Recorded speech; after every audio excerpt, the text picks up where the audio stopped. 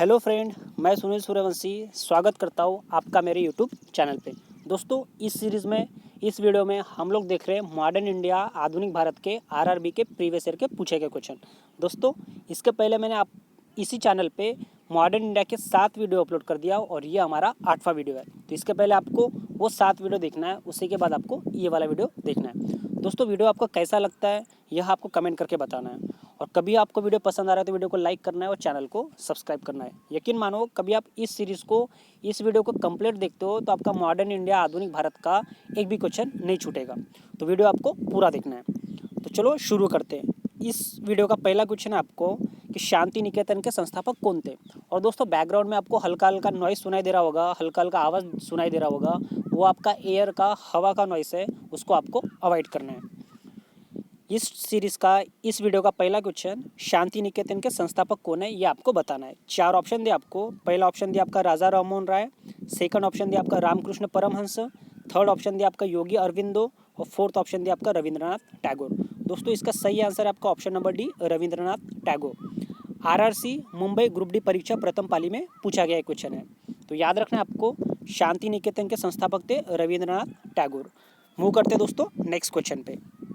Next question आपको बोल रहा है, प्लासी का युद्ध का मैदान किस राज्य में है। जो प्लासी का युद्ध हुआ था वह कहाँ हुआ था, किस राज्य में हुआ था, ये आपसे पूछा जा रहा है। यहाँ पे आपको इनडायरेक्ट पूछा जा रहा है कि प्लासी का युद्ध का मैदान कहाँ स्थित है, दिल्ली, हरियाणा, पश्चिम बंगाल या फिर उड़ीसा। दोस्तों, इसका सही आंसर आपका ऑप्शन नंबर सी, पश्चिम बंगाल। आरआरबी इलाहाबाद सहायक स्टेशन मास्टर परीक्षा में पूछा गया एक क्वेश्चन है। तो आपको याद रखना है, प्लासी का जो युद्ध हुआ था वह मैदान स्थित है पश्चिम बंगाल में। दोस्तों, आपको कमेंट करके यह बताना है कि जो प्लासी का युद्ध हुआ था वह कब हुआ था, यह आपको कमेंट करके मुझे बताना है। मूव करते हैं नेक्स्ट क्वेश्चन पे। दोस्तों, थर्ड क्वेश्चन नंबर नेक्स्ट दे रहा है आपको, किस गवर्नर जनरल ने अपने को बंगाल का शेर कहा था। मीन्स निम्नलिखित में से किस गवर्नर जनरल ने खुद को बंगाल का शेर कहा था, ये आपसे पूछा जा रहा है। Lord Cornwallis, Lord Curzon, Lord Wellesley, Lord Hastings. RRB Ranchi TC, CC, train clerks एवं जूनियर क्लर्क परीक्षा में पूछा गया आपका क्वेश्चन है। तो आपके आने वाली एग्जाम के लिए ये वाला क्वेश्चन बेहद इंपॉर्टेंट हो सकता है। तो आपको अच्छे से याद रखना है कि किस गवर्नर जनरल ने अपने को बंगाल का शेर कहा था। इसका आंसर है option number D, Lord Wellesley. Lord Wellesley ने खुद को बंगाल का शेर कहा था, ये आपको याद रखना है। मूव करते नेक्स्ट क्वेश्चन पे। हंटर आयोग की नियुक्ति की गई थी। जो हंटर आयोग था उसका नियुक्ति क्यों किया गया था, ये आपसे पूछा जा रहा है। ब्लैक होल घटना के वजह से, जालियांवाला हत्याकांड, 1857 का विद्रोह या बंगाल विभाजन के बाद।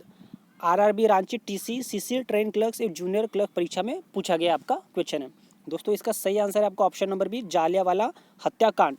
हंटर आयोग की नियुक्ति जालियांवाला हत्याकांड की जांच के लिए किया गया था, यह आपको याद रखना है। दोस्तों, कभी आपको वीडियो पसंद आ रहा है तो वीडियो को लाइक करना है और चैनल को सब्सक्राइब करना है। मूव करते हैं नेक्स्ट क्वेश्चन पे। याद रखना है आपको कि जो हंटर आयोग की नियुक्ति किया गया था उसका रीज़न था जालियांवाला हत्याकांड। जालियांवाला बाग हत्याकांड जो हुआ था उसकी जांच के लिए हंटर आयोग की नियुक्ति किया गया था, ये आपको याद रखना है। मूव करते हैं दोस्तों नेक्स्ट क्वेश्चन पे। महादेव गोविंद रानाडे सदस्य थे।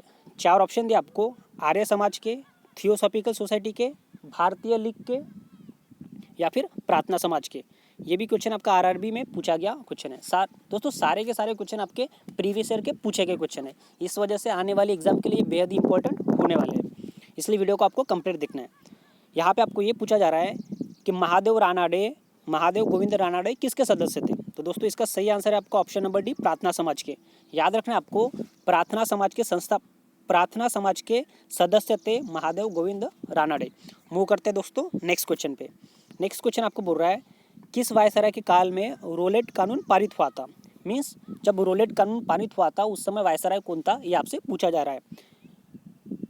अच्छा, सेकंड ऑप्शन दिया आपको चेम्सफोर्ड, थर्ड ऑप्शन दिया आपका रीडिंग और फोर्थ ऑप्शन दिया आपका मिंटो सेकंड। फर्स्ट का राइटिंग मिस्टेक है, समझ में नहीं आ रहा है कि फर्स्ट लिखा क्या है करके, तो इसको अवॉइड कर दो। यहाँ पे आपको सेकंड ऑप्शन दिया आपका चेम्सफोर्ड, थर्ड ऑप्शन दिया आपका रीडिंग और फोर्थ ऑप्शन दिया आपका मिंटो सेकंड। तो दोस्तों, इसका सही आंसर है आपका option number B, Chelmsford. Chelmsford के शासनकाल में रोलेट कानून पारित हुआ था, ये आपको याद रखना है। मूव करते नेक्स्ट क्वेश्चन पे। नेक्स्ट क्वेश्चन आपको बोल रहा है, 1942 के भारत छोड़ो आंदोलन के दौरान भारत का वायसराय कौन था। मीन्स जो 1942 का भारत छोड़ो आंदोलन शुरू हुआ था उस समय भारत का वायसराय कौन था, ये आपसे पूछा जा रहा है।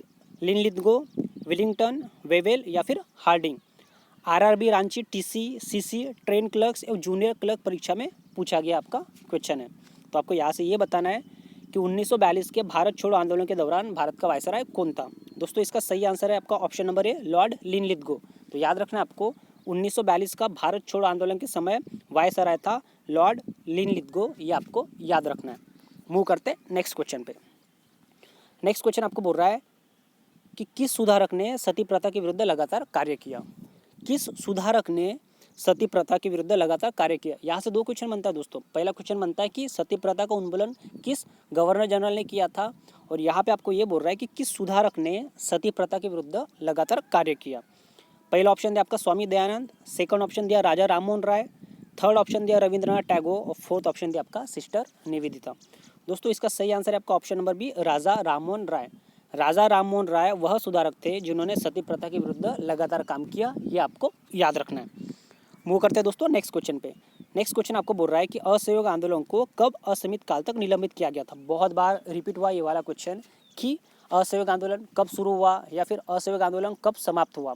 तो इस वजह से आपको इस पॉइंट को, इस क्वेश्चन को अच्छे से याद रखना है। यहाँ पे आपको ये बोल रहा है कि असहयोग आंदोलन को कब असीमित काल तक निलंबित किया गया था। मीन्स कभी कभी ये क्वेश्चन ऐसा भी पूछ लेता है कि असहयोग आंदोलन कब समाप्त हुआ था। तो बात तो दोनों का एक ही है कि असहयोग आंदोलन कब समाप्त हुआ या फिर असहयोग आंदोलन को कब निलंबित किया गया था। तो इसका सही आंसर है दोस्तों ऑप्शन नंबर बी, 1922। 1922 को असहयोग आंदोलन समाप्त किया गया था, ये आपको याद रखना है। मूव करते दोस्तों नेक्स्ट क्वेश्चन पे।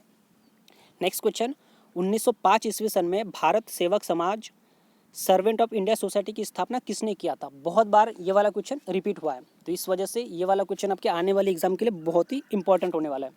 और बहुत बार एसएससी और रेलवे ने ये वाला क्वेश्चन रिपीट पूछा है, तो इस वजह से आपको इसको अच्छे से याद ही रख लेना है। 1905 बेहद ही इंपॉर्टेंट क्वेश्चन है दोस्तों। 1905 ईस्वी सन में भारत सेवक समाज सर्वेंट ऑफ इंडिया सोसाइटी की स्थापना किसने किया था। जीआर गोखले, दादा भाई नौरोजी, मदन मोहन मालवीय या फिर मोतीलाल नेहरू। दोस्तों इसका सही आंसर है आपका option number A, G R Gokhale. तो याद रखना आपको, भारत सेवक समाज सर्वेंट ऑफ इंडिया सोसाइटी की स्थापना किया था जीआर गोखले ने, ये आपको याद रखना है। मूव करते नेक्स्ट क्वेश्चन पे, नेक्स्ट पॉइंट पे। पौंडीचेरी में किसके उपनिवेश थे। क्वेश्चन आपको पूछा जा रहा है कि पौंडीचेरी में किसके उपनिवेश थे। अंग्रेज के, पुर्तगाली के, डच के या फिर फ्रांसीसी। आरआरबी चेन्नई, एएसएम, ईसीआरसी, टीए और सीए परीक्षा में पूछा गया आपका क्वेश्चन है। तो आपको याद रखना है कि पौंडीचेरी में किसके उपनिवेश थे। तो इसका सही आंसर है ऑप्शन नंबर डी, फ्रांसीसी। पांडिचेरी में फ्रांसीसी के उपनिवेश थे, ये आपको याद रखना है। मूव करते नेक्स्ट क्वेश्चन पे। चर्बी युक्त कारतूसों का इस्तेमाल करने से इनकार करते हुए एक एडुजन की हत्या करने वाले सिपाही कौन था। क्वेश्चन फिर से पढ़ लेते हैं हम लोग। चर्बी युक्त कारतूसों का इस्तेमाल करने से इनकार करते हुए एक एडुजन की हत्या करने वाले सिपाही कौन था। तो इसका सही आंसर है दोस्तों ऑप्शन नंबर ए, मंगल पांडे। मंगल पांडे ने एडुजन की हत्या किया था, ये आपको याद रखना है। चर्बी युक्त कारतूसों का इस्तेमाल करने से इनकार करते हुए एक एडुजन की हत्या किया था मंगल पांडे ने, ये आपको याद रखना है। मूव करते हैं नेक्स्ट क्वेश्चन पे। Essays in Indian economics, essay in Indian economics नामक पत्रिका किसने प्रारंभ किया था, ये आपसे पूछा जा रहा है। पहला ऑप्शन दिया आपका एमजे रानाडे, सेकंड ऑप्शन दिया आपका गोपाल गणेश आगरकर, थर्ड ऑप्शन दिया आपका बीआर अम्बेडकर और फोर्थ ऑप्शन दिया आपका R C Dutta. Essays in Indian economics, essay in Indian economic नामक पत्रिका किसने आरंभ किया था। तो इसका सही आंसर है दोस्तों option number C, doctor BR Ambedkar. Doctor BR Ambedkar ji ने एसेस इन इंडियन इकोनॉमिक्स नामक पत्रिका आरंभ किया था, ये भी आपको याद रखना है। मूव करते नेक्स्ट पॉइंट पे। नेक्स्ट पॉइंट आपको बोल रहा है कि हरिजन नामक दैनिकी को किसने आरंभ किया था। मीन्स हरिजन नामक जो दैनिकी थी, पत्रिका थी, उसको किसने आरंभ किया था, ये आपसे पूछा जा रहा है। एमजे रानाडे, महात्मा गांधी, बीआर अम्बेडकर और Maharshi V R Shinde. RRC Mumbai group D परीक्षा प्रथम पाली में पूछा गया आपका क्वेश्चन है। तो दोस्तों इसका सही आंसर है आपका option number B, Mahatma Gandhi. हरिजन नामक की जो दैनिक पत्रिका थी वह महात्मा गांधी ने आरंभ किया था, ये आपको याद रखना है। मूव करते हैं दोस्तों नेक्स्ट पॉइंट पे, नेक्स्ट क्वेश्चन पे। नेक्स्ट क्वेश्चन आपसे पूछा जा रहा है कि भारतीय राष्ट्रीय कांग्रेस का पहला मुस्लिम अध्यक्ष कौन था। बेहद ही इंपॉर्टेंट क्वेश्चन आपके आने वाली एग्जाम के लिए। भारतीय राष्ट्रीय कांग्रेस में हर बार हर एग्जाम में एक आध क्वेश्चन आपको दिखता है, तो इस वजह से भारतीय राष्ट्रीय कांग्रेस को आपको अच्छे से पढ़ लेना है, क्योंकि वहाँ से हर बार एक क्वेश्चन बनता है। जैसे यहाँ पे आपको पूछा कि भारतीय राष्ट्रीय कांग्रेस का पहला मुस्लिम अध्यक्ष कौन था? हकीम अजमल खान, रफ़ी अहमद किदवई, अबुल कलाम आज़ाद या फिर बदरुद्दी तैयबजी। तो इसका सही आंसर है दोस्तों option number D, Badruddin Tyabji. यह भारतीय राष्ट्रीय कांग्रेस के पहले मुस्लिम अध्यक्ष थे, यह आपको याद रखना है। आरआरबी मुंबई ग्रुप डी परीक्षा में पूछा गया आपका क्वेश्चन है, बेहद ही इंपॉर्टेंट क्वेश्चन है आपके आने वाले एग्जाम के लिए, तो इसको आपको अच्छे से याद रखना है। भारतीय राष्ट्रीय कांग्रेस का पहला मुस्लिम अध्यक्ष था बदरुद्दीन तैयबजी, ये आपको याद रखना है। मूव करते हैं दोस्तों नेक्स्ट क्वेश्चन पे। सुभाष चंद्र बोस ने अपनी आज़ाद हिंद फौज तथा आज़ाद हिंद सरकार कहाँ बनाई थी? इजी क्वेश्चन है आपका। यहाँ पे आपको ये पूछा जा रहा है कि सुभाष चंद्र बोस ने आज़ाद हिंद फौज और आज़ाद हिंद सरकार कहाँ बनाई थी, कहाँ इसकी स्थापना किया था, ये आपसे पूछा जा रहा है। तो दोस्तों इसका सही आंसर है आपका ऑप्शन नंबर डी, सिंगापुर। याद रखना है आपको, सुभाष चंद्र बोस ने आज़ाद हिंद फौज और आज़ाद हिंद सरकार यह सिंगापुर में बनाया था, ये आपको याद रखना है। मूव करते नेक्स्ट क्वेश्चन पे। नेक्स्ट क्वेश्चन आपको बोल रहा है स्वदेशी आंदोलन प्रारंभ हुआ था, मीन्स जो स्वदेशी आंदोलन शुरू हुआ था उसका रीज़न क्या था, ये आपसे पूछा जा रहा है। 4 ऑप्शन दिया आपको, सविनय अवध आंदोलन के समय, असहयोग आंदोलन के समय, बंगाल विभाजन के विरुद्ध आंदोलन के समय या फिर भारत छोड़ो आंदोलन के समय। दोस्तों इसका सही आंसर है आपका ऑप्शन नंबर सी, बंगाल विभाजन के विरुद्ध आंदोलन के समय। जब बंगाल विभाजन का विरुद्ध हो रहा था उस समय स्वदेशी आंदोलन प्रारंभ किया गया था, यह आपको याद रखना है। आरआरबी कोलकाता ग्रुप डी परीक्षा में पूछा गया क्वेश्चन है। दोस्तों कभी आपको वीडियो पसंद आ रहा है तो वीडियो को लाइक करना है, चैनल को सब्सक्राइब करना है और अपने दोस्तों के साथ शेयर करना है। मूव करते नेक्स्ट क्वेश्चन पे। नेक्स्ट क्वेश्चन आपको बोल रहा है कि निम्नोक्त में से कौन सी विशेषता लखनऊ समझौता 1916 की मानी जाती है? क्वेश्चन आपको दिया, निम्नोक्त में से कौन सी विशेषता लखनऊ समझौता 1916 की मानी जाती है? ऑप्शन पढ़ लेते हैं हम लोग। पहला ऑप्शन दिया आपका स्वदेशी आंदोलन, सेकंड ऑप्शन दिया आपका भारत छोड़ो आंदोलन, थर्ड ऑप्शन दिया आपका हिंदू मुस्लिम एकता और फोर्थ ऑप्शन दिया आपका असहयोग आंदोलन। दोस्तों इसका सही आंसर है आपका ऑप्शन नंबर सी, हिंदू मुस्लिम एकता। निम्नोक्त में से कौन सी विशेषता लखनऊ समझौता 1916 की मानी जाती है? आरआरसी मुंबई ग्रुप डी परीक्षा प्रथम पाली में पूछा गया है आपका क्वेश्चन है, तो इसका सही आंसर है दोस्तों हिंदू मुस्लिम एकता। निम्नोक्त में से कौन सी विशेषता लखनऊ समझौता 1916 की मानी जाती है? इसका सही आंसर है हिंदू मुस्लिम एकता, ये आपको याद रखना है। दोस्तों इसी के साथ हम लोग इस वीडियो को यहाँ पे समाप्त करते हैं। वीडियो आपको कैसा लगा ये आपको कमेंट करके बताना है और चैनल को सब्सक्राइब भी करना है। तो आज के लिए इतना ही रखते हैं, धन्यवाद।